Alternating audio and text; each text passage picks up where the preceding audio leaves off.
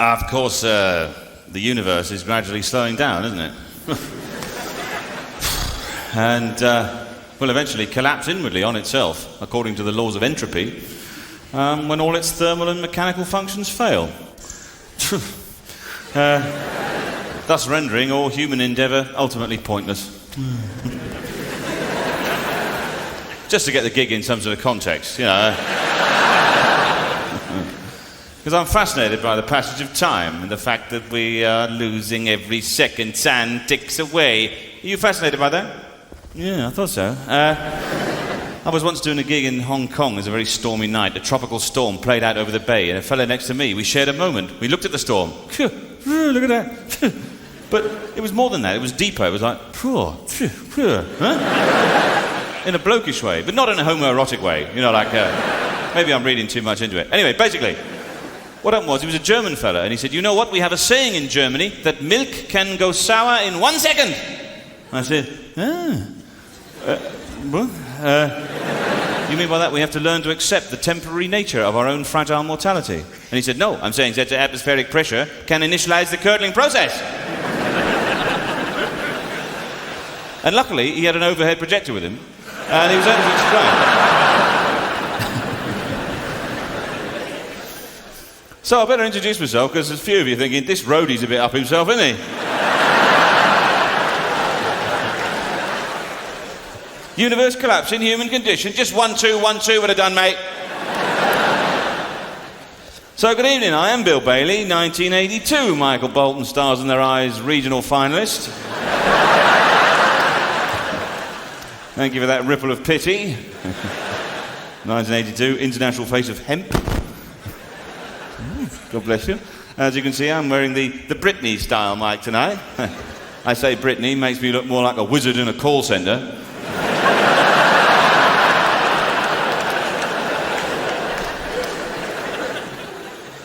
A Klingon motivational speaker. Ach, doch, moch, oh, ach, doch, ach.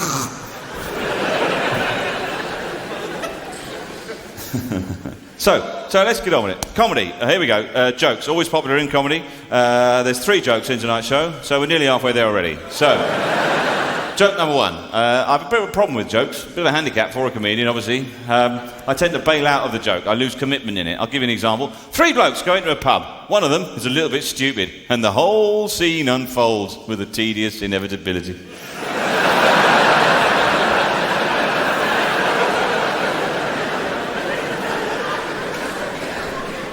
Sorry about that, I should be more positive. So, positive Bill. Good evening, Hammersmith. I am actually from the West Country.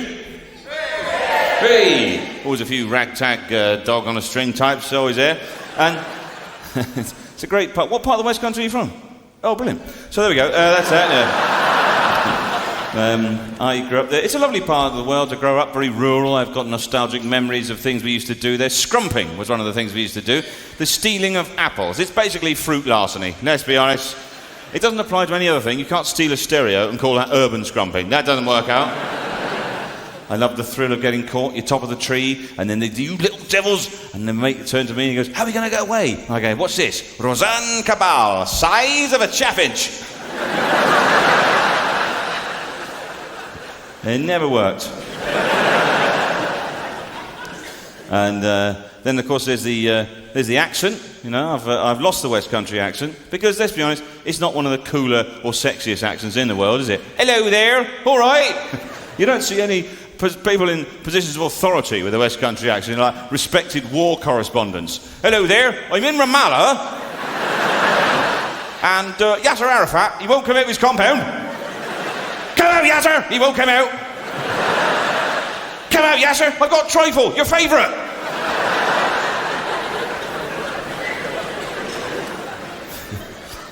I have actually lost work through having the West Country accent. I auditioned for a part in the film The Lord of the Rings. All right? Yeah, you've probably seen it. Thanks for your support. A lot of you are thinking, yeah, audition, Bill. Surely not. They just film you performing day-to-day tasks and build the film around you. Here we see an orc doing the washing up.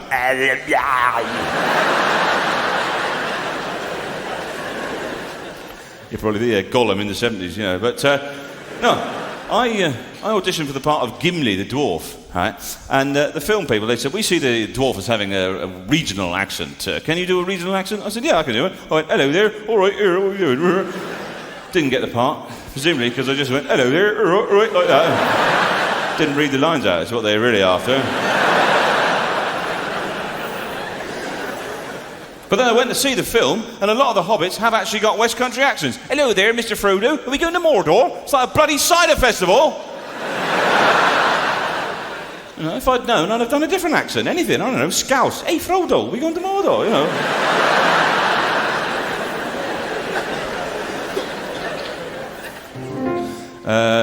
My first job was in the West Country. Well, my first job was selling doors door to door. That's a tough job, isn't it? Bing bong, can I interest you in it? Oh shit, you got one, haven't you? Oh, never mind.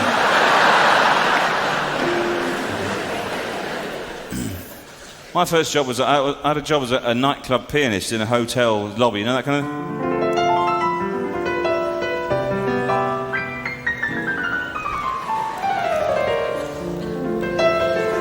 And all the time I was playing, I was looking around at the clientele, thinking to myself, die. Die now, you smug bastards. And just to stop myself from going insane, I would slip in the odd subliminal message in the music. 3 claws on his knees, he's not human.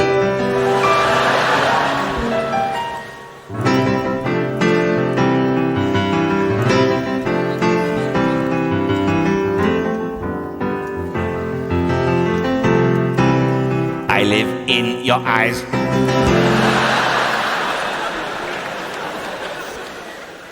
And I was sacked from my first job for freaking out the clientele. That was a...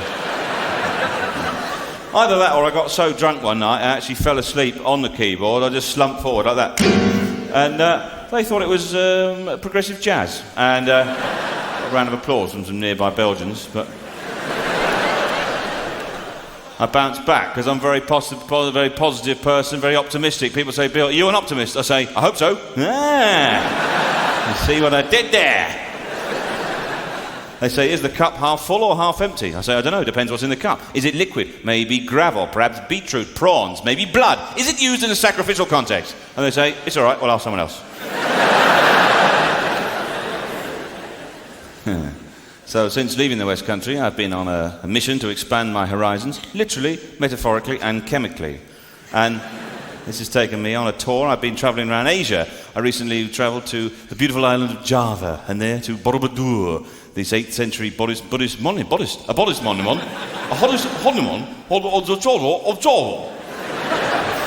So I've been possessed by the spirit of Bill and Ben there. Oh, hello. So, back up, Bill. Birds and donkeys are aliens, and your birds and your... I was in Java, and some of you may have been there. And you're confronted with different people from different culture, and we're having a bit of a chat. But it's very difficult when you're in a different country and somebody says to you, what's Britain like? I mean, what do you say? What's Britain like? Yeah, no, it's all right. It's just, you know, we've got nectar points, you know. They're quite handy. We've got understatement. We're tough on slogans, tough on the causes of slogans. We have strong prevailing southwesterly winds. 52% of our days are overcast. So as a nation, we're infused with a wistful melancholy. But we remain a relentlessly chipper population, prone to mild eccentricity, binge drinking and casual violence. Breakfast is served 7 till 9. Not a minute later. Oh, you would be cast out. Yeah, we have no natural predators, although a badger give you a nasty nip. 4 hedgehogs feeding on honey might fall in your eyes. A wasp could fly in your mouth on a summer afternoon, sting your bottom lip, it swells right up like that, and you find out... She thinks you're a pervert, you get arrested, sent to a secret Mars penal colony, gain the support of the workers, and throw off the shackles of oppression. And on the upside, we've got little chefs. which were built many years ago on ley lines, and then the roads just came in and connected them up.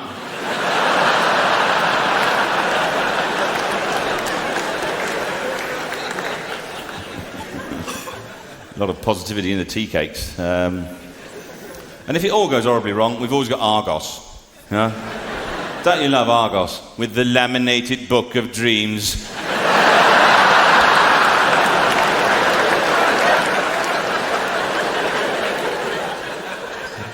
You know why it's laminated, don't you? To catch the tears of joy.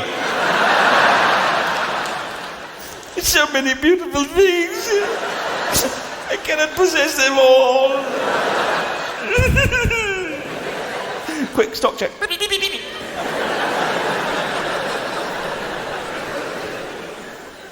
It's like the ultimate bedding shop, isn't it? The tiny little pens, the slips of paper, but everyone is a winner. And then you have the staff there, don't you? The pale, mythical wardens of the treasure.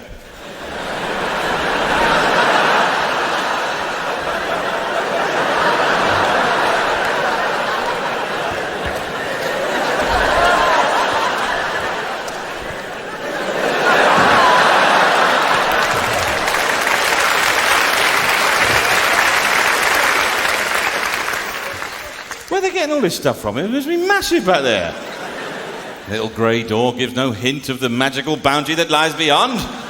So the Narnia of household goods. TARDIS of toasters. So these kids I was talking to were like backing away at this point, going, yeah, all right, mate, whatever. You know, the hippies lost it. And then they asked me quite testing questions about Britain, like, what are the crops? What are the crops? I don't know, peas, cabbage, sunny delight, waffles, shortbread, I don't know. You know, beep, you just don't have to harvest them, you just beep, there you go. But we won't have any genetically modified food. Oh no, we won't have any GM, which is a shame. I think we've missed a trick there. We could have developed a form of wheat with the properties of Velcro to catch whatever it is that's forming those crop circles.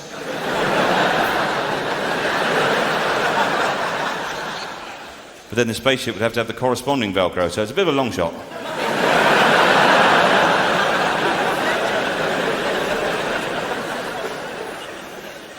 And then they said to me, what's the religion? And that's a tricky one, isn't it? Well, there is religion, obviously. I mean, it's 72% Christian. There's been Hinduism, Buddhism, Islam, Judaism. There's quite a few different religions, Sikhs. But predominantly, we're quite secularised as a society. And when pushed, most people will write Jedi. So...